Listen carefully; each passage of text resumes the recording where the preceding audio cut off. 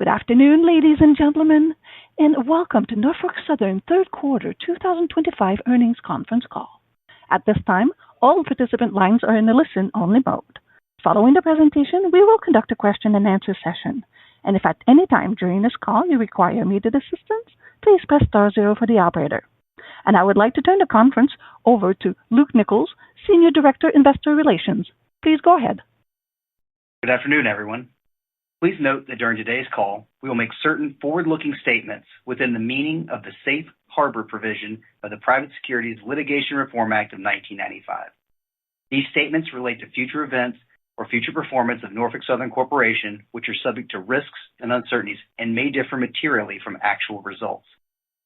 Please refer to our annual and quarterly reports filed with the SEC for a full discussion of those risks and uncertainties we view as most important. Our presentation slides are available at norfolksouthern.com in the Investor section, along with our reconciliation of any non-GAAP measures used today to the comparable GAAP measures, including adjusted or non-GAAP operating ratio. Please note that all references to our prospective operating ratio during today's call are being provided on an adjusted basis. Turning to slide 3, I'll now turn the call over to Norfolk Southern's President and Chief Executive Officer, Mark George. Hey, good afternoon, and thank you for joining us. With me today are John Orr, our Chief Operating Officer, Ed Elkins, our Chief Commercial Officer, and Jason Zampi, our Chief Financial Officer. We delivered another quarter that demonstrates the team's ability to deliver a quality railroad. Throughout the year, we have highlighted our continued commitment to focus on what we can control, running a safe, efficient network, improving processes, delivering solutions for our customers' most pressing needs, and supporting our people. That remains the approach today of our 20,000 thoroughbreds who deserve thanks and credit for our performance. On safety, our train accident and employee injury rates continue to improve. That's the result of disciplined execution and continued emphasis on training. Safety is a core value, and we will never compromise on it. On service, our network is running well. Terminal dwell and car velocity remained stable, and we once again saw fuel efficiency gains, attaining a new quarterly record. These improvements are integral to delivering reliable, high-quality service for our customers, and they position us to sustain performance over the long term. Safety and service together form the foundation of our ability to serve customers at the highest level. And what truly powers this progress is our people. Across the railroad, the Thoroughbred team shows up every day with focus and determination. We are committed to building the next generation of railroaders because careers in rail continue to be among the best in the country. As we noted at recent conferences, the third quarter volume surges forecasted by partners didn't materialize as expected, and the truck market remains oversupplied. Ed will detail this. So while revenues were short of where we expected, the continued success on productivity was evident in the quarter. We also had a large land sale at the end of the quarter that helped neutralize other adverse impacts that Jason will cover. While not big in Q3, we started to see some of the revenue erosion from competitor reactions to the merger announcement. We expect the impact to grow in the fourth quarter and continue to be a challenge over the near and medium term. As we make progress toward getting approval for the proposed merger with Union Pacific, our focus remains squarely on ensuring momentum on safety and service while executing on our strategy and delivering for our customers. We've got a lot to be optimistic about. We're on a good path, and we're doing what we can on the controllable side to prepare for growth. I'm proud of the progress we've made, and I'm even more excited about what's ahead. With that, I'll turn it over to John and the rest of our leadership team to walk through the quarter in more detail. John? Thanks, Mark, and good afternoon, everyone. Turning to slide 5. I want to recognize the deliberate transformation Norfolk Southern has delivered in safety, service, and cost structure from 2024 and throughout 2025. This progress reflects a culture of accountability and disciplined execution, powered by generational leadership investments that position us for long-term success. We're creating a network that is safer, more reliable, and more efficient, shaping the future of rail and setting the standard for what rail service can and should be. Our PSR 2.0 transformation is delivering measurable outcomes that matter to every customer and stakeholder. For example, Amtrak host delays across Norfolk Southern improved 26% year over year, underscoring our progress and unwavering commitment to precision, reliability, and the standards that define Norfolk Southern. In Q4, we're going live with Clarity Camps, the next cornerstone of the Thoroughbred Academy. The curriculum elevates PSR 2.0 business excellence. And importantly, as we transform safety and service standards, we're simultaneously delivering productivity gains, creating a clear and steady direction across the organization. All these efforts are aligned to our broader commitment to deliver meaningful expense controls while operating a reliable and more resilient railroad. Relative to 2024's full-year results, our year-to-date safety figures demonstrate FRA personal injury ratio has improved 7.8%, and our train accident ratio has improved 27.7%. Our team will never be satisfied with our safety results. We always strive to improve on our best performance. That's why my team and I are spending more time in the field this quarter, staying close to the work, staying close to our people, and staying focused on what drives results. Turning to slide 6. We achieved stronger service and volume growth this quarter, while operating with fewer assets and resources. That discipline is clearly reflected in our financial outcomes. GTMs increased 4% year over year, which were accurately delivered with 6% fewer qualified T&E. Our revolving zero-based train service plan continues to drive cost control, precision, and productivity. Key highlights include a 19% reduction in recrews, a 12% decrease in intermodal train starts since the beginning of the year, alongside a sequential improvement in intermodal service composite, and a 5.5% merchandise carload growth. Turning to slide 7.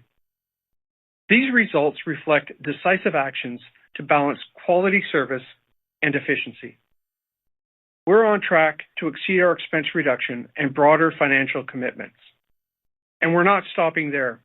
The team is stretching for more, raising our efficiency targets to a 2026 cumulative goal in the range of $600 million. Operational metrics confirm the effectiveness of our fuel management strategy, which delivered an all-time quarterly record of 1.01, a 5% year-over-year gain. This reflects both immediate savings and a durable path to greater efficiencies. Sequentially, train speed rose 3%, allowing us to store more locomotives while running a leaner, more reliable fleet. Turning to slide 8. Rapid deployment of next-level field technology is part of a broader strategy to transform inspection, reliability, and overall performance. In the photos, you can see a new state-of-the-art wheel integrity system being installed near Burns Harbor, one of our busiest corridors. We're advancing machine vision at speed across our network. In the quarter, we deployed a new inspection portal in Virginia, bringing the total now to 8.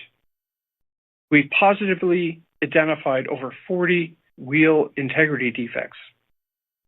And we've launched 6 new algorithms, with 9 more already in development. The data from these field technologies feed our war room that are staffed with craft employees, managers, and senior executives, facilitating real-time problem solving and cross-functional collaboration. We're leveraging digital tools, operational analytics, and ecosystem-level coordination to elevate our capabilities and operation and safety excellence. Wayside stops are down 6.7% year over year and 36% year to date, even as we inspect 5% more axles daily. This quarter reflects that our operational fundamentals are sound and are supporting a strong service offering. This is made possible by the commitment and resilience of our railroaders across the entire enterprise. At Norfolk Southern, results matter, and our people continue to deliver with confidence and momentum. With that, I'll turn it to you, Ed. Thanks much, John. Now let's go to slide 10, where you'll see that we achieved 2% year-over-year growth in both revenue and RPU in the quarter. We see several dynamics at play in the business portfolio. We have strength within our merchandise markets, partially offset by meaningful declines in export coal markets. We see reduced fuel surcharge revenue and softer than expected intermodal volumes. Overall, our volume for the third quarter finished flat despite gross ton mile growth of 4%. Let's look inside of merchandise. Volume grew 6% from a year ago, driven by our auto, chemical, and metals and construction markets. Revenue less fuel grew 7%, which underscores our pricing discipline and our volume performance. However, we had mixed headwinds from growth in commodities such as natural gas liquids, sand, and scrap metal, which diluted our overall RPU performance. In intermodal, we're navigating the complexity of ongoing trade and tariff uncertainty, persistently abundant highway truck capacity, and outside factors including competitor responses to our merger announcement, which caused volumes to decrease 2%. Intermodal revenue less fuel and RPU less fuel both grew, reflecting the overall stable pricing environment right now. Now here I have to note that year-over-year RPU comparisons benefited from an abnormally high volume of empty shipments ahead of the East Coast port disruptions last year. Let's turn to coal, where weakening seaborne coal prices drove RPU less fuel lower by 7%, and this was the most significant revenue headwind for the quarter. We enjoyed stronger demand in our utility segment, but it didn't offset the sustained weakness in export. This interaction has been playing out throughout the year, and we expect it to persist. Let's go to slide 11 and talk about the market outlook. Like the third quarter, we continue to navigate a dynamic economic environment along with competitive cross currents.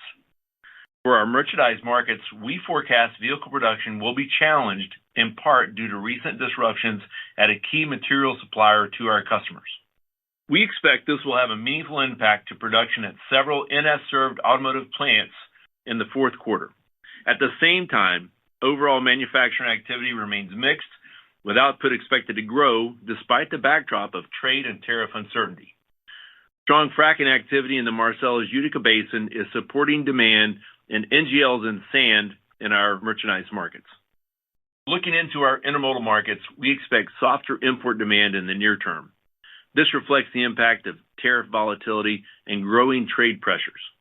Warehousing capacity remains tight as inventory levels expanded at the beginning of the year ahead of tariffs, and truck capacity remains oversupplied. Coal prices have remained pressured, with significant uncertainty surrounding export trade, and at the same time, we're expecting utility demand to see continued support from growing electricity demand and lower existing coal stockpiles. Now, these dynamics should be considered against the backdrop of our recently announced merger, which has intensified competitor activity across the industry. And as a result, we anticipate volume pressure, particularly in our intermodal segment, and so we're maintaining a cautious outlook for the remainder of 2025. Lastly, as always, we want to thank our customers for their continued partnership and business. The entire NS team is aligned around delivering the service that our customers need every day, building trust as a vital partner in their supply chains. Now with that, I'll hand it over to Jason to review our financial results. Thanks, Ed. I'll start with the reconciliation of our GAAP results to the adjusted numbers that I will speak to today on slide 13. Total costs attributable to the Eastern Ohio incident were $13 million, which included $16 million of recoveries under our property insurance policies. In addition, we recognized a $12 million restructuring charge in the quarter as we continue to rationalize our technology projects. Finally, we also recorded $15 million in merger-related costs, consisting primarily of legal and professional services, as well as employee retention accruals. Adjusting for these items, the operating ratio for the quarter was 63.3, and from a bottom-line perspective, we earned $3.30 per share. Moving to slide 14, you'll find the comparison of our adjusted results versus last year and last quarter, both comparisons reflecting a 10 basis point improvement in the operating ratio, and the sequential comparison basically even with the current quarter. On a year-over-year basis, revenue was up, as Ed just discussed, but we were expecting approximately $75 million more revenue as we had guided to within the second quarter materials. Continued macro headwinds, a surge that never materialized, and competitor responses from the merger announcement that started to really ramp up at the end of the quarter, all were barriers to the attainment of that expectation. Expenses were up 2% on a 4% increase in GTMs, but there are a lot of puts and takes within OpEx, and those year-over-year expense drivers are laid out on slide 15. You'll note that the quarter benefited from higher land sales, which were $65 million more than last year. In fact, the entire variance was driven by one large sale that closed at the very end of the quarter. Another quarter of strong productivity gains also helped to mitigate both inflationary and volumetric pressures, in addition to the absence of benefits recorded last year in the form of cancellation of stock awards and fuel recoveries. I'd also point out that claims expense was elevated in the quarter, despite the outstanding progress we're delivering on our safety initiatives, as we react to unfavorable developments on claims from several years ago, in addition to claims inflation on the few incidents that we have experienced this year. So as I think about our 63.3 operating ratio for the quarter, clearly that was aided by outsized land sales. However, we were short on revenue from our latest guidance, and we dealt with higher claims expense than what we had been experiencing. And as we move into the fourth quarter, revenue will continue to be challenged, but we are focused on what we can control, and we expect to maintain our cost structure in the $2 billion to $2.1 billion range. I'll hand it back to Mark to wrap it up. Thanks, Jason. As you can see, there were a lot of moving parts in the quarter, but as a thoroughbred team, we are successfully controlling the controllables. Looking ahead, the macro environment remains uncertain, and we acknowledge that over the next several quarters, unpredictable demand and unique competitive dynamics will create some abnormal fluctuations in our top line. We are not standing still. Our recent Louisville announcement will create attractive volume growth as it builds out. Additionally, once the merger closes, we can provide attractive solutions for our customers, unlocking faster, more reliable service, streamlined shipping experiences, and expanded access across a unified coast-to-coast rail network. These improvements will strengthen our value proposition and help drive long-term growth on our combined railroad through highway conversion. While the regulatory review process is ongoing, we remain laser-focused on maintaining strong safety performance while running a fast and resilient network. That is delivering great service that our customers have now come to expect from us. Meanwhile, we will continue to maintain a sharp focus on optimizing our cost structure.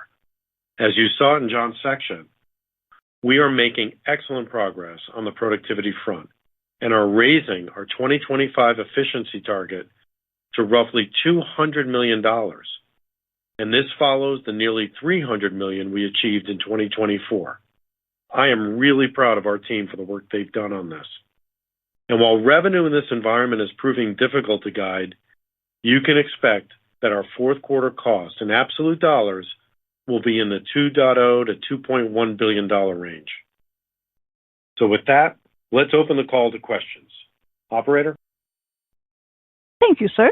Ladies and gentlemen, if you do have any questions at this time, please press star followed by 1 on your touch-tone phone. You will then hear a prompt that your hand has been raised. And should you wish to decline from the polling process, please press star followed by 2. And if you're using your speakerphone, you will need to lift the handset first before pressing any keys. Please go ahead and press star 1 now if you do have any questions. First, we will hear from Scott Group at Wolfe Research. Please go ahead, Scott. Hey, thanks. Afternoon. So, Ed, if I heard right, I think you said a 2-point drag in Q3 from some business losses related to the merger. And it sounds like it gets worse going forward. Is this just intermodal? Are you seeing it any other places? And ultimately, how much business do you think is at risk until we see merger closing? Hey, thanks for the question, Scott. We saw that start to really manifest itself toward the tail end of the quarter, call it September-ish. And so it's going to manifest itself, till we wrap around it year over year. It's certainly a minority of the business, and it's really focused geographically to this point in the Southeast. We're working really hard to do two things. Number one, to make sure that we're providing a fantastic service for everybody that wants to use us. And number two, we're really leveraging the network that we have, the route structure, and the terminal structure to bring freight back to Norfolk Southern that may have left for whatever reason. And so I'm pretty confident that, yes, while this is going to be a headwind for a while going forward, over the next couple of bid cycles, you'll see it start to iterate itself back toward what I would call the high-value, low-cost solution, which is Norfolk Southern for the beneficial cargo owners. And that's independent of a merger, Scott. Yes. And then maybe just, Jason, I think that the $2 billion to $2.1 billion of cost, it's a relatively wide range on a quarterly basis. Any sort of more help in terms of where you think we could be in that range in Q4? I don't know, is maybe the right way to think about it is excluding the gains was a 65.5 OR in Q3. Do you think that gets worse in Q4? Just any thoughts there? Thank you.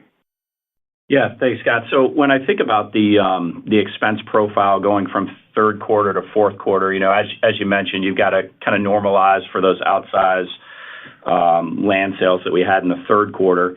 And then, historically, as we move from third to fourth quarter, if you look at the 5-year average, expenses are up about 1.5%.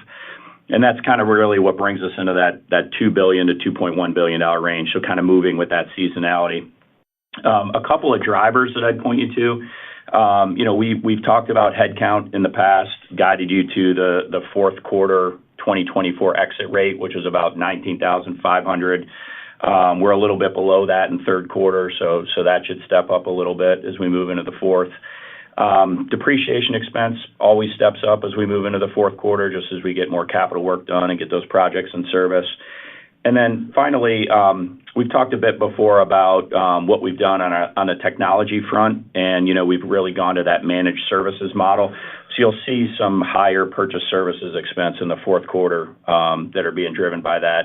Eventually you should see that come out of comp and ben, but it'll definitely be a driver in the fourth quarter. Thanks, Scott. Thank you, guys. Appreciate it. Thank you. Next question will be from Brandon Oglinski at Barclays. Please go ahead, Brandon.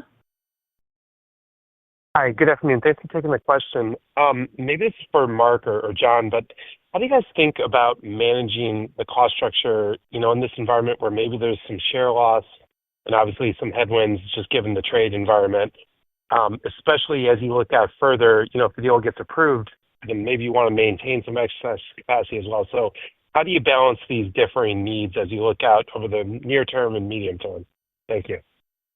Yeah, great question, Brandon. I think you're right. We've got to be really careful how we address this. I mean, as you see, we have been attriting down a bit and driving some productivity with regard to, moving 4% more GTMs this quarter, while we saw headcount kind of drift down 3%. So that's a 7% spread. We're really, really happy with that outcome, and we're seeing actually better service and better safety performance while we do it. So we're going to be really careful here. And I think, John, maybe you can talk a little bit about the next step of cost reduction. But the other element I'd point you to, Brandon, we continue to focus on fuel efficiency, where we had a 5% gain year over year in fuel efficiency from all the initiatives that John's put in place. So we continue to get these mid-single-digit improvements in fuel efficiency. So labor productivity, fuel efficiency. We've been attacking purchase services, although we are making a deliberate shift to outsource some stuff in IT that, will yield benefits in comp and ben. So that's why, it's a little bit of an odd quarter, because you do see zero volume growth on the carload side, but there is actually GTM growth. So that does require resources. And also, remember, 18% growth in autos. 18% growth in autos this quarter, year over year. Huge growth. And that, of course, has some incremental volumetric costs that come with it that you'd see manifest in equipment rents. So those are the kind of things where, it's a complex P&L. We're going to be really mindful of, really trying to drive those areas for productivity and efficiency while not undermining our ability to move volume at all. But John, chime in, please. Yeah, Mark, you're speaking like an chief operating officer with all the detail. Gives me the chance to talk a little high level, so I appreciate that. Let's just start with the fundamentals. We're moving more volume with more yield on our trains, slightly heavier trains with less crews and more overall fluidity. So using that train speed that we're generating to reduce our locomotive fleet, increase our car miles per day, decrease the number of cars it takes to create a load, and doing all those fundamental things that show through to the customer and give Ed the chance to sell aggressively in whatever market he's in at the time. So those fundamentals are very sound. We have restructured a number of things, including how we manage fuel, which is showing through in sequential fuel improvement and flowing through to the bottom line. But it doesn't stop there. We've restructured how we hire people, the speed to and the quality to which they enter the workforce. So that gives us the opportunity to be more responsive, even longer lead resources and assets. So we're ready for those things, and we'll continue to improve locomotive fluidity by revamping our train service plan. I'll just say that our zero-based plan version 3 has just come out, and year to date we've reduced our intermodal crew starts by 14%. Our shipments per crew start have improved by 11%. We've simplified our lane offerings and our blocking complexity. And as a result, we're really energizing how we service that product and delivering it with more resilience and capability. So that's what gives me confidence. So we're going to not only stretch ourselves this year and the remainder of the year in that overall cost takeout and that financial improvement from an operating perspective and overall enterprise perspective, but even continuing that momentum into 2026 and stretching ourselves in the range of $600 million cumulative takeout. So it's going to be hard work, which is in our DNA, and we're ready for it. Thank you. Thank you both. Thank you. Next question will be from Jonathan Chappell at Evercore ISI. Please go ahead, Jonathan. Thank you. Good afternoon. Ed, you mentioned in your prepared remarks that the coal RPU was one of the single biggest impacts on revenue, and you also said you expect the headwinds to persist. If we look at export benchmarks and even your Eastern peer last week made it seem like the coal RPU pressure would stop, at least sequentially. Maybe you were referring to year over year. Can you give us any sense to how much that may continue to step down from the third quarter level, and when you think that headwind may begin to stabilize? I think you got that right, and thank you for the question so I can clarify. I think the export met benchmark is something like 175 right now, and I don't necessarily anticipate any material degradation from that. So on a sequential basis, maybe it goes sideways, which on a year-over-year basis is still double-digit down. Same is true on the utility side for export. Probably going sideways, but still on a year-over-year basis, double-digit down. And I think that's going to persist certainly through the quarter and maybe into early next year before it hopefully starts to climb out. There's a lot of uncertainty around export coal when it comes to both the met and utility side. Who's going to get it or who's going to take it and where it'll come from. So we're keeping a really close eye on that. Thank you. Great. So the revenue headwind, then mostly volume, we should stop looking for RPU deterioration overall. Well, it'll persist year over year. Yeah, year-over-year RPU deterioration will continue. Sequentially, it should be pretty stable. And this quarter, we did start to see volume degradation as a result of the poor pricing environment. Got it. Thanks a lot, Ed. Thank you. Next question will be from Tom Wadewitz at UBS. Please go ahead, Tom. Yeah, good afternoon. Wanted to ask a little more on the topic of the competitive responses. I guess, the kind of name that comes out and seems most prominent in intermodal would be J.B. Hunt. And I just want to get a sense if you could help us think about, to the extent that BN's going to exert some control here and push more business over to CSX, how much of, the business do you think should be sticky to Norfolk? I recall back quite a long time ago, you had some corridor initiatives that I think are differentiated, like the Crescent Corridor, and just, lines that maybe CSX isn't going to serve markets as well. So, I just want to see if you have some high-level thoughts on, what can make business with JB or intermodal in general sticky in terms of network differences, and how much kind of, risk is there of, kind of BN forcing some business over to CSX? Thank you. So, I think we talked about it before that, more than half of our business with J.B. Hunt originates and terminates here in the East. And we continue to provide a really excellent service product to them, and we feel comfortable and confident with that. Retaining that business. I think for the balance, and particularly in certain geographies, perhaps in the Southeast, that's really what's at risk right now that Ed can go in and talk about. But I just want to reemphasize that one thing. About 2 decades ago, we started investing hundreds of millions of dollars to build out our intermodal franchise. We built out that Premier Corridor and the Crescent Corridor. We built terminals, and we have an unrivaled intermodal franchise in the East. And it's a franchise that people want to be on because it provides the fastest route for the major markets and with a terminal footprint where customers want it to be. So with time, cargo owners are going to want that business back on the NS, and we are going to work aggressively to help them get that cargo back on the NS. So, Ed, please chime in. Well, gosh, I think you pretty much summarized it, but let me say this. There are a number of key lanes where Norfolk Southern offers exceptional value for customers that really can't be replicated anywhere. I would say this from experience, there's a reason why we have the second largest intermodal franchise in North America, and it's because of the superior route structure that we've built out that Mark just referenced, and also a terminal network that gets you with your freight landed closer to the consumer than any other network out there.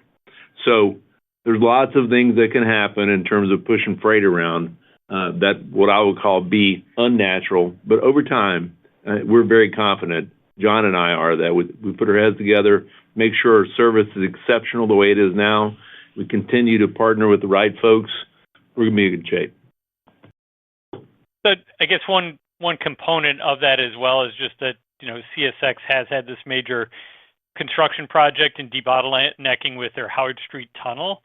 And so that makes them a lot more efficient north-south along the east. Is that a significant competitive impact, or do you think that's not, that's kind of a impact on a modest portion of your domestic? I can't really comment on that project for them. I hope it makes them a lot more competitive with truck. Right. Okay. Thanks for the time. Thank you, Tom. Next question will be from Brian Ossenbeck at J.P. Morgan. Please go ahead, Brian. Hey, good afternoon. Thanks for taking the question. First, just a quick follow-up maybe for Ed. I think you mentioned that business and we're talking about here, it would come back to the network even without a merger. So maybe you can just elaborate exactly what would have to change if it's better service or competing more on price. And then just maybe for on the ops side, for John, when you think about fuel efficiency, I mean, we've always heard it was going to be a challenge at Norfolk because of length of haul and mix and a bunch of other things, weight. But it looks like you've clearly broken through. Is that something you feel like you can get to sort of best-in-class levels with your peers? Some more thoughts on that would be helpful. Thanks. All right, I'll go first before I forget the question. When I think about service from the West Coast into the Southeast, I think about UP and NS utilizing the Meridian Speedway as the fastest, shortest route between those two regions, period. There's not a better ride out there when it comes to that kind of freight for intermodal. So that's one thing. The second thing is the exceptional amount of terminal capacity that we have and expertise to back it up, both in the Carolinas, Florida, as well as in Georgia.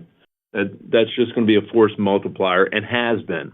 So we're confident that over time, cargo owners are going to make the right decision about where their freight's routed. I'll hand it off to you, John. Well, I'm glad you're noting the hard work the team has done on fuel. And I won't comment on what the art of the possible may have been thought through back then, but I'll tell you right now, and as we go forward, it's a big part of a strategy that includes all of our strategic sourcing and logistics approach, including the assessment of distribution, use, and consumption of the product like fuel.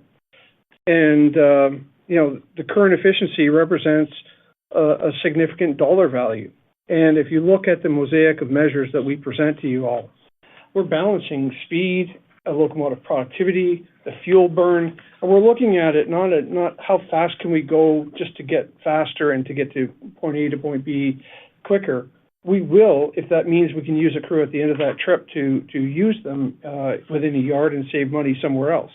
But as we work through fuel consumption, we want to make sure that how we manage our fuel resources is aligned to what our train service plan is. And we're always looking at that service plan. We're taking more detailed approach on each element of it. What resources we need, how much fuel we need to move the tonnage, how soon we need to get to a customer so on a product level view, we're satisfying the contractual obligations and elevating our service metrics and how they face the customer. And we're taking that, the nice thing is we're taking that approach in mechanical, how we service our locomotives, how we maintain our parts inventory, how we're putting stress on our engineering team through Ed Boyle and his great leadership and managing ties, plates, rail, ballast, all of those things. So across all of those things, whether it's fuel and operational resources, we're taking a really hardline approach on it. So I think we've got room to grow on fuel. I don't have any end in sight to the value we can create managing all of those components. But I can tell you it's the tip of the iceberg as we move forward against all our enterprise resources. And I would just add one other thing, Brian, is, when I look back 6 years ago when I came in, we had roughly high teens % of our locomotive fleet that was AC. And through those investments that we've been making every year systematically to upgrade our locomotive fleet from DC to AC, we're now approaching 80% AC. So that is definitely helping provide more runway for the future that John is extracting using the methods that he's talking about. So that definitely is a driver as well, right? Yeah, and that gives us the just the runway. I just look at 2019, which was one of the bellwether years from a financial and service perspective, and right now we're running year to date 23% less horsepower per ton. When you have that discipline in managing locomotives, the utilization of your power, your crews, you're reducing your stops, you're creating more fluidity, it shows up in fuel and shows up in so many other P&L items. So you're right, Mark. Those investments, those wise investments are paying dividends. But the discipline you're bringing now for the things you're just talking about is really what's accelerating the benefits and providing more runway into the future. So congratulations on that. team effort, for sure. Thanks, Brian. Ladies and gentlemen, out of consideration to other callers on the line today, as well as time allotted, we ask that you please limit yourself to one question. Thank you. Next, we will hear from Chris Wetherbee at Wells Fargo. Please go ahead, Chris. Yeah, hey, thanks. Good afternoon, guys. I guess I wanted to sort of ask you about what you think is possible from an OR improvement perspective, particularly as we're thinking about 2026. So you came into this year, I think there was a revenue target around 3% with 150 basis points of productivity and then 150 basis points of OR. Obviously, the revenue side has been more challenging because of volume. We'll see how much OR you get this year, but I guess maybe the question as we go into next year, how much sort of OR opportunity do you think there is that you can control, and maybe how much is more revenue dependent? So, obviously it's an uncertain environment out there. I want to get a sense of, out of the $600 million of productivity, how much do you think can be translated from an operating ratio perspective as we think about next year? Chris, thanks for the question.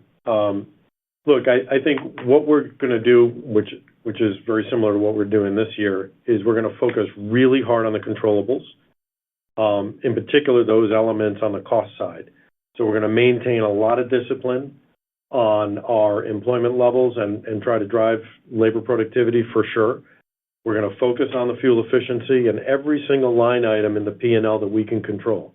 Obviously, we get things like claims that surprise us, and, Jason's talked a little bit about that and can talk to you some more about that, some of the social inflation we're seeing. But there's a lot we can control, and that's where we're going to put our focus. On the revenue, obviously, we've got some headwinds, and mathematically, that's going to probably put some short-term pressure on the OR that we're going to have to deal with. But, Ed and his team are doing a great job fighting every way they can to preserve every single unit that's out there and try to grow every single unit with the value offering that we have, thanks to the great service John's providing. So we're going to do that. But I think at the end of the day, the OR is going to be an output of those two elements. Jason, do you want to add anything? Yeah, and I would just say, it's really, if you look at our kind of our cost profile over the last couple of years and think about, the inflation that we've taken on and the volumetric expenses, really, and thanks to what John and the team have done from a productivity standpoint, harvesting almost $500 million of productivity, that's what's enabled us to kind of keep that cost profile flat over these last couple of years. So I think you hit it right on, Mark, as we move into next year. I did just want to, for a second, talk about claims because, you had mentioned it, Mark, but, John, you can maybe jump in and talk a little bit more about what you guys are accomplishing from a safety perspective, which I think is really, remarkable progress. But on the cost side, claims is always very volatile, and we see that quarter to quarter. But what we're seeing right now is the resolution of some older claims. And, while the frequency is going down, we're experiencing higher costs per incident to close out those claims. So over recent years and quarters, we've seen pressure on that claims line as both the insurance rates increase, but also, we're facing the same type of social inflation that you're seeing across the transportation sector. But, John, maybe a little color on what you guys are doing to mitigate the number of incidents. Yeah, and we've said it. Our safety from a injury and accident perspective are taking on a really strong momentum, and we're continuing to invest in our safety camps. I've mentioned it before on these calls. Our Thoroughbred Academy has got a component of safety and safety leadership. We've processed over 2,500 leaders through that program who have now had a more capable way of approaching our workforce, building the environment and skills that are necessary. And you couple that with the investments we've made in technology and a great story. We had a broken wheel derailment with a train that had come on us for 1 mile.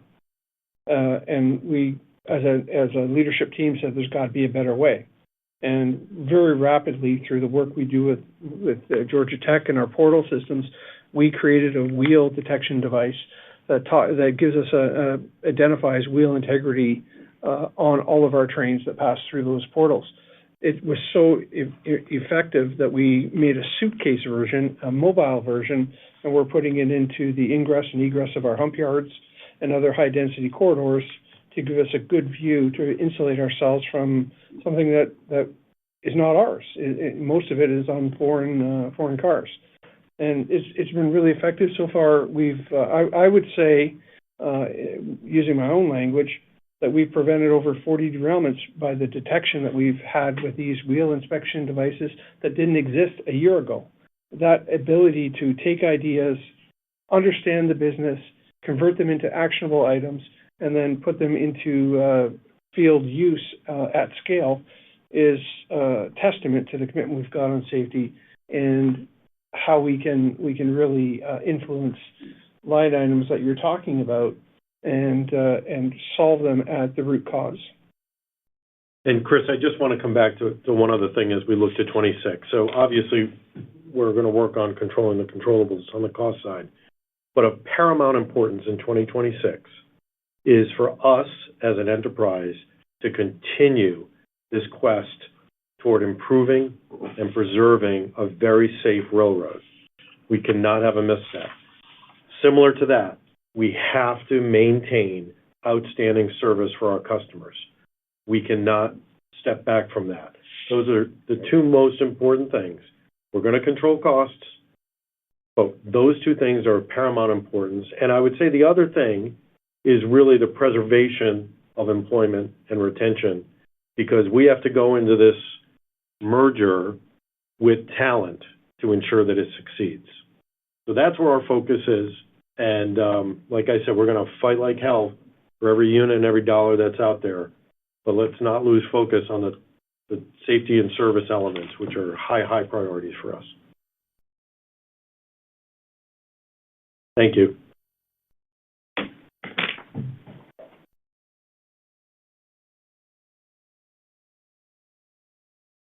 Next question is from Risha Harnain at Deutsche Bank. Hey, good afternoon, everyone. So, sorry to beat a dead horse, but I also wanted to talk about the revenue erosion you expect from competitor reactions. First, I wanted to confirm that this was ring-fenced to intermodal, and then I guess, what is really hindering your ability to compete? I know, you enhanced your partnerships with UNP in the interim, for example. Mark, you just reminded us today about the hundreds of millions of dollars invested in intermodal over the past 2 decades to make for a very strong product. So I guess I'm just confused on why you would be challenged just because you're pursuing a merger. And then is your competitor winning on price, or is it something else? I mean, you said it's not Howard Street, so maybe just elaborate a little bit more there. Thank you so much. That was a great question. Ed? Sure. Well, let me start with your first question, which is, yes, it is confined to intermodal and specifically to domestic non-premium intermodal. And, I can't talk about or address why other entities' contracts may or may not allow for certain things to occur. But I can tell you that we're competing vigorously, both from a price perspective in a market that's been down for 40 months, but also from a service perspective. And John and I are laser focused on the route coming out of LA across Shreveport, Meridian Speedway, and into the Southeast. And we have a great team operating our 2 terminals in Atlanta, our 1 terminal in Charlotte, our other terminal in Greensboro, and the one in Jacksonville that are not only poised to handle the freight we're getting today, but can accept more, frankly. So that's the landscape. And again, like I said, I think over the next couple of bid cycles, as those beneficial cargo owners look at the value that they're receiving from the service that they are getting from whoever they're getting it from, we're going to offer a very compelling case for them to come back to a network that makes the most sense for them. John, do you have anything to add there? I would just emphasize that our customer-facing composite standards are extremely high. We're committed to delivering them, and we've got resources, we've got assets, and we've got a corridor that's poised and ready for growth. And we're going to deliver regardless. Yep. For every customer that is able to use Norfolk Southern, we're open for business. And look, again, I'll get back to the fact that, when we control the relationship entirely with our customer base and, in our region, we're doing great. But when it's an interline arrangement and the contract may not be specifically through us, that's where we're seeing some of these challenges. So this is really kind of interline only. That's where we're seeing it. Appreciate the question and allowing us to elaborate. Thank you. Next question will be from David Vernon at Bernstein. Please go ahead, David. Hey, guys. Thanks for taking the question. I guess, Ed, sticking on this topic, can you put a finer number on kind of what the quarterly run rate should be down, assuming nothing else changed in the business from where we're exiting kind of 3Q, just to help us kind of better understand what's in that model? And it sounds like you're saying you guys can go market that against that service and maybe get some of that traffic over time.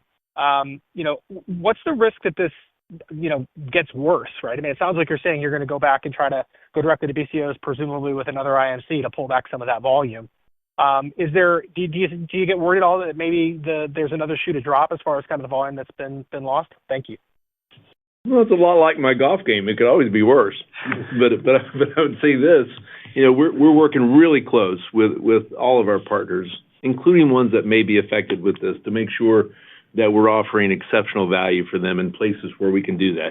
And there are places across our network that I would argue we offer services that really no other railroad can replicate. Quantifying it's probably a little bit difficult. You saw what the effect kind of was really on a portion of a quarter, so we'll see from here. And again, it's not like we're in a super healthy truck freight environment where there's a lot of lift right now. So the whole world's struggling when it comes to freight. This is one more headwind being applied to the portfolio, but we're very confident in the service role. But we should reiterate, it's in the third quarter. It wasn't the majority of the challenge in intermodal. It was on the margins. It was a portion of, yeah. This will build in the fourth quarter and into the first quarter, and that's where it will take us. Like you said, a couple bid cycles, we should end up getting it back. Mm-hmm. But we're going to feel the pain here for the next handful of quarters. Yep. Next. Thank you. Next question will be from Stephanie Moore at Jefferies. Please go ahead, Stephanie. Great. Good afternoon. Thank you. Maybe talking a bit about your plans currently or your strategies to mitigate potentially any integration risks that we should see with the integration of the two networks. Clearly you've made tremendous efforts from a service standpoint over the last several years, and UNP, as we all saw earlier today, also at a really strong point. So, wanted to just hear your view how to early on, mitigate any of that integration risk or network disruption that, could come as a result of the merger. Thank you. Yeah, I think that's one thing Jim and I are very, very aligned and clear on, is that we cannot afford to have any integration hiccup or challenge. So we're going to take our time and do this the right way. We're going to learn from the lessons of the past, and we're going to study that carefully. And we're going to kind of do a lot of benchmarking and leverage the talent we have on both teams to start planning when that's appropriate, and observing what it is we can do from a systems perspective, and then even from a technical perspective. We're gonna do this very, very deliberately. It's an ultra high priority for us when we do bring these companies together to ensure that the integration is done right. John? Yeah. Hey, Mark, I've been through these potential mergers before, and I'll let those results speak for themselves. But merger or no merger, leadership matters, and since early 2004 and throughout 2025, this team has successfully delivered our PSR 2.0 transformation, which has been building the momentum and producing irrefutable value. And we've had to navigate complexity, ambiguity, and even adversity. It works in all business environments, and we're going to continue to invest in our generational leaders, elevate our service. We're going to continue to stress the plan, remove waste, and deliver more volume with fewer people, fewer locomotives, fewer cars, and less fuel. So really, it comes down to the fundamentals. As I said in my prepared remarks, the fundamentals are sound. And from that stability lends the opportunity for the development of an integration plan. Yeah, I think again, it gets back to my response to Chris.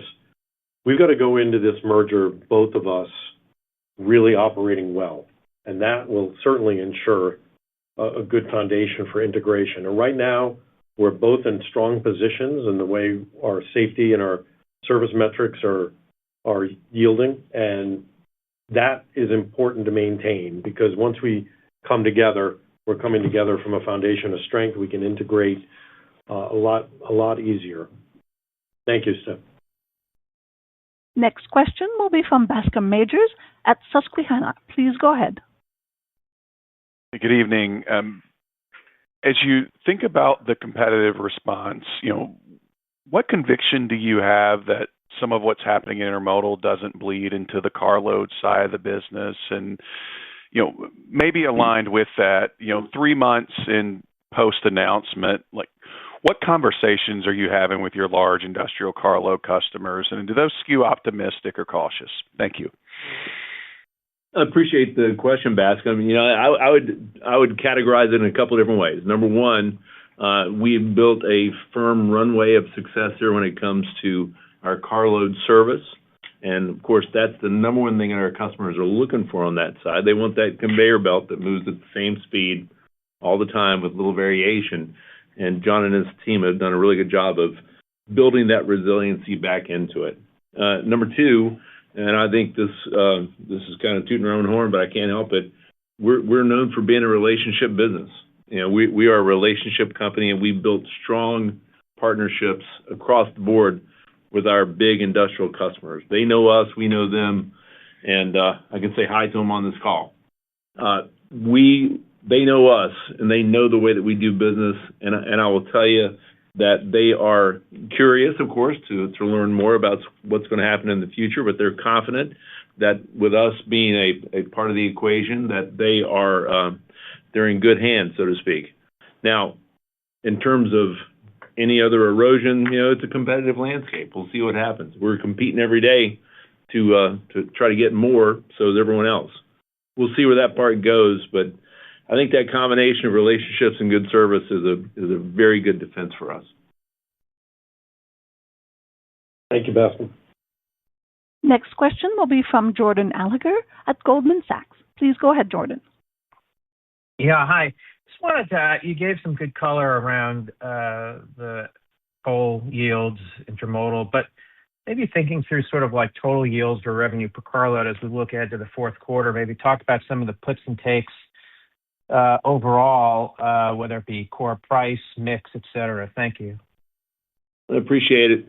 I'm very pleased with where we've landed with our price plan this year so far, and I fully expect that to continue for the rest of the year. So our pricing plan's intact, and I would say that we're in good shape there, particularly versus inflation. When I look at the mix piece, we're going to see more utility. We'll probably see a little bit less on the export side, and then you got erosion in the RPU for the coal piece because of that seaborne price. That's going to be a little bit of a mixed headwind. On the merchandise side, we've already highlighted that natural gas liquids, sand, even some metals markets in terms of scrap, that's diluted the RPU some. But I will tell you that probably the biggest challenge we're going to have from where we've come from might be on the automotive side, where we've seen that one big supplier to one of our big customers have an issue. And so we expect that, there'll be a little bit of wind taken out of the automotive side, so to speak, when it comes to the volume piece. And that's to go along with everything else. I hope that helps. All right, thank you. And at this time, ladies and gentlemen, I'd like to turn the call back over to Mark George. Okay, everyone. Really appreciate you dialing in this evening. Just to summarize, we're running a really good railroad right now, despite the uncertain macro environment that's ahead and obviously the increasing competitive pressures.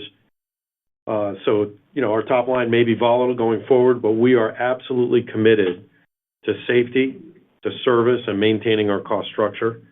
And we are going to fight like hell over every available unit and dollar, rest assured. There's a lot of opportunity on the horizon with our proposed merger with UP. and that's going to yield huge benefits to our customers as well as our country. So we thank you for your time this evening, and take care. Thank you, sir. Ladies and gentlemen, this does indeed conclude your conference call for today. Once again, thank you for attending, and at this time, we do ask that you please disconnect your lines.